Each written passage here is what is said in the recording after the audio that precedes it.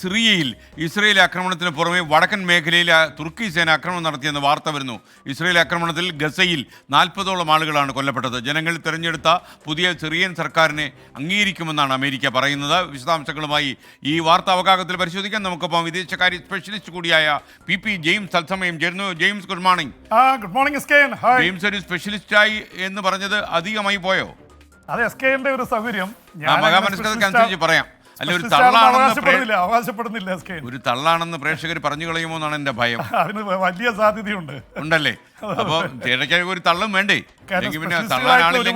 ലോകത്ത് ജീവിച്ചിരിപ്പുണ്ട്. ആണല്ലോ എസ്കേൻ. എന്തായാലും നമുക്ക് സിറിയയിലേക്ക് പോകാം. ഇത്ര കാലം നമ്മൾ ഗസയും അതുപോലെ തന്നെ ലെബനനാണ് കൂടുതൽ പറഞ്ഞുകൊണ്ടിരുന്നത്. പക്ഷെ ഇപ്പൊ ഒരുപാട് കാര്യങ്ങൾ നടക്കുന്നത് സിറിയയിലാണ്. സിറിയയിൽ വിമതസേന അവിടെ പിടിച്ചടക്കിയതിന് പിറകെ തക്കം നോക്കി രാജ്യങ്ങൾ അതിർത്തി രാജ്യങ്ങളൊക്കെ ആക്രമിച്ചുകൊണ്ടിരിക്കുക. ഇസ്രായേൽ ഗോലാൻ കുന്നുകളിൽ നിന്ന് ടാങ്കുകളുമായിട്ട് ഡമാസ്കസിൻ്റെ ഭാഗത്തേക്ക് നീങ്ങിക്കൊണ്ടിരിക്കുന്നു. വടക്ക് കിഴക്കൻ സിറിയയിൽ അമേരിക്ക IS-നെതിരെ ബോംബിംഗ് നടത്തി. ഇപ്പോൾ അമേരിക്കയ്ക്ക് പിന്നാലെ ഇതാ തുർക്കിയുടെ സേന അമേരിക്കയുടെ പിന്തുണയുള്ള കുർദിഷ് പ്രവർത്തകർക്കെതിരെ അല്ലെങ്കിൽ അവരുടെ സേനയ്ക്കെതിരെ ഡ്രോൺ ആക്രമണം നടത്തിയിരിക്കുന്നു വടക്ക് കിഴക്കൻ മേഖലയിൽ. അതോടൊപ്പം തന്നെ അമേരിക്കയുടെയും ഇസ്രായേലിൻ്റെ ആക്രമണം നടക്കുന്നുണ്ട്. സിറിയയിലെ വിമതസേന അധികാരം പിടിച്ചെടുത്തതിന് ശേഷം അവർ അൽ ബഷീറിൻ്റെ നേതൃത്വത്തിൽ ഒരു പുതിയ ഇടക്കാല മന്ത്രിസഭ ഉണ്ടാക്കിയിട്ടുണ്ട്. അതുപോലെ തന്നെ അവിടെ മുഴുവൻ ഈ നഗരം മുഴുവൻ ഡമാസ്കസൊക്കെ ആകെ വൃത്തികേടായി കിടക്കുകയാണ്. ചെറുപ്പക്കാരായിട്ടുള്ള ആൾക്കാർ ഇറങ്ങി അതൊക്കെ ശുദ്ധീകരിച്ചുകൊണ്ടിരിക്കുന്നു. പക്ഷെ അതിൽ ഏറ്റവും സങ്കടകരമായിട്ടുള്ള കാര്യം SKN അവിടുത്തെ ജയിലുകളിൽ കഴിഞ്ഞ ആയിരക്കണക്കിന് ആൾക്കാരെ കാണാനില്ല. അവർ കൊല്ലപ്പെട്ടു എന്ന വാർത്ത തന്നെയാണ് വരുന്നത്. എന്ന് മാത്രമല്ല, കൊലപ്പെടുത്തിയവരെ ശീതീകരിച്ച അണ്ടർഗ്രൗണ്ട് ടണലുകളിൽ തള്ളിയതിൻ്റെ ദൃശ്യങ്ങൾ അന്താരാഷ്ട്ര മാധ്യമങ്ങൾ പുറത്തുവിട്ടത് ഞെട്ടിപ്പിക്കുന്നതാണ്. അപ്പോൾ ഈ ബഷാറിനെ എതിർത്തിരുന്ന ഒരുപാട് ആൾക്കാർ, ആയിരക്കണക്കിന് പ്രതിപക്ഷ പ്രവർത്തകരെ, ആക്ടിവിസ്റ്റുകളെയൊക്കെ കൊലപ്പെടുത്തി എന്നുള്ള വാർത്ത തന്നെയാണ് വന്നിരിക്കുന്നത്. അതിനെക്കുറിച്ച് വിമതസേനയുടെ തലവനായിട്ടുള്ള മുഹമ്മദ് ജുലാനി പറഞ്ഞിരിക്കുന്നത് ആരൊക്കെ ഈ പീഡനത്തിന് നേതൃത്വം നൽകി, ആരൊക്കെ കൊലയ്ക്ക് നേതൃത്വം നൽകിയോ അവർക്കെതിരെ അതികർശനമായിട്ടുള്ള നടപടി ഉണ്ടാവും, അവരെ വധിക്കുമെന്നാണ് വിമതസേന പ്രഖ്യാപിച്ചിട്ടുള്ളത്. അപ്പോൾ പ്രശ്നങ്ങൾ അവിടെ തീരുന്നില്ല. എന്ന് മാത്രമല്ല, ജുലാനി തന്നെ ഒരുപക്ഷെ അധികാരത്തിൽ വന്നേക്കാം. ഇടക്കാല പ്രധാനമന്ത്രി മാത്രമാണ് മുഹമ്മദ് അൽ ബഷീർ രംഗത്തെത്തിയിട്ടുള്ളത്. SKN എന്തായാലും സിറിയ പലതരത്തിൽ പ്രശ്നങ്ങളെ നേരിട്ടുകൊണ്ടിരിക്കുകയാണ്. അമേരിക്ക ഒരു കാര്യം പറഞ്ഞിട്ടുണ്ട്, അവിടെ പുതിയ സർക്കാർ ജനങ്ങൾ തിരഞ്ഞെടുത്ത് വന്നാൽ അവിടെ ഞങ്ങൾ അംഗീകരിക്കും. എന്ന് വെച്ചാൽ വിമതസേനയുടെ സർക്കാരിനെ അംഗീകരിക്കണമെന്ന് നിർബന്ധമില്ല. ഒരുപക്ഷെ അവിടെ ജനാധിപത്യപരമായി തെരഞ്ഞെടുപ്പ് നടത്തി സർക്കാർ വരണമെന്നായിരിക്കും അമേരിക്ക ആഗ്രഹിക്കുന്നത്. എന്തായാലും ബഷാർ അൽ അസാദിൻ്റെ സർക്കാർ പോയതിൽ അമേരിക്കയ്ക്ക് സന്തോഷമുണ്ട്. കാരണം റഷ്യയും ഇറാനുമാണ് അവരെ നയിച്ചിരുന്നത്. റഷ്യ പറഞ്ഞിരിക്കുന്നത് ഞങ്ങളുടെ സേനയും നാവികസേനയും അവിടുത്തെ കപ്പലുകളൊക്കെ ഉണ്ട്, അതുകൊണ്ട് എപ്പോൾ പിൻവാങ്ങണം എന്നുള്ളത് ഞങ്ങൾ ചർച്ച ചെയ്ത് തീരുമാനിക്കും എന്ന് റഷ്യ പറഞ്ഞിരിക്കുന്നു. ഇറാനും ഇതുതന്നെയാണ് പറഞ്ഞിരിക്കുന്നത്. അമേരിക്ക പറഞ്ഞിരിക്കുന്നത് ഞങ്ങളൊരു തീരുമാനം എത്തുന്നതുവരെ അമേരിക്കയുടെ സേന 1000ഓളം സേന സിറിയയിൽ തന്നെ തുടരുമെന്ന് പറഞ്ഞിരിക്കുന്നു. അപ്പോൾ ഈ സിറിയയെ ചുറ്റിപ്പറ്റിയുള്ള പ്രശ്നങ്ങൾ രൂക്ഷമാവുന്നു.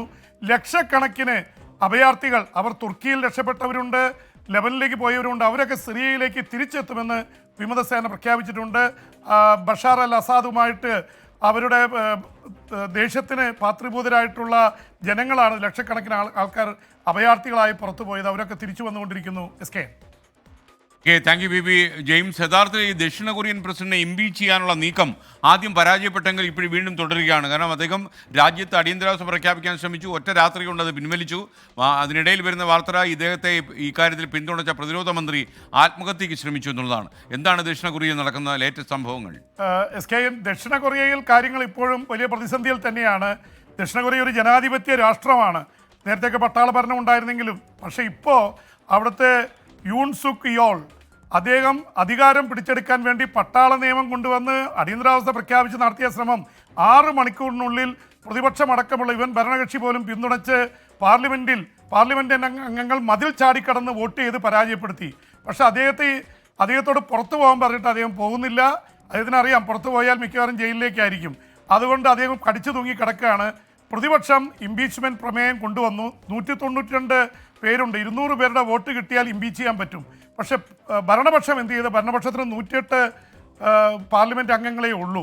പക്ഷേ ഭരണപക്ഷം ഒരു തീരുമാനം എടുക്കാതെ ബഹിഷ്കരിച്ചു. അതുകൊണ്ട് വേണ്ടത്ര ഇംപീച്ച് ചെയ്യാനുള്ള വോട്ട് ലഭിച്ചില്ല, അതുകൊണ്ട് അത് പരാജയപ്പെട്ടു. പക്ഷേ ഈ ശനിയാഴ്ച വീണ്ടും രണ്ടാമതും അവർ ഇംപീച്ച്മെന്റിനുള്ള പ്രമേയം കൊണ്ടുവരികയാണ്. ഇത്തവണ ഭരണപക്ഷം സപ്പോർട്ട് ചെയ്യുമെന്നറിയില്ല. ഭരണപക്ഷം പറയുന്നത് നിർബന്ധപൂർവം അദ്ദേഹത്തെ പുറത്താക്കേണ്ട, പക്ഷേ അദ്ദേഹം പുറത്തു പോകണം, അദ്ദേഹത്തെ കൊണ്ട് രാജിവെപ്പിക്കാനുള്ള ശ്രമമാണ് ഭരണപക്ഷം നടത്തിക്കൊണ്ടിരിക്കുന്നത്. അതിനിടയിലാണ് SK ചോദിച്ച പോലെ അവിടുത്തെ പ്രതിരോധ മന്ത്രിയാണ് ഈ പ്രസിഡന്റ് പറഞ്ഞിട്ട് ഈ പട്ടാള നിയമം നടപ്പാക്കാൻ ശ്രമിച്ചതും പട്ടാളത്തെ അയച്ചുവിട്ടതും പാർലമെന്റിന് ചുറ്റും ഈ പട്ടാളത്തിൻ്റെ അല്ലെങ്കിൽ സൈന്യത്തിൻ്റെ സേനയെ കൊണ്ടുവന്ന് വിന്യസിച്ചതൊക്കെ പ്രതിരോധ മന്ത്രിയാണ്. ആ പ്രതിരോധ മന്ത്രി ഏതാണ്ട് അറസ്റ്റിലായി അദ്ദേഹത്തെ ചോദ്യം ചെയ്തുകൊണ്ടിരിക്കുകയാണ്.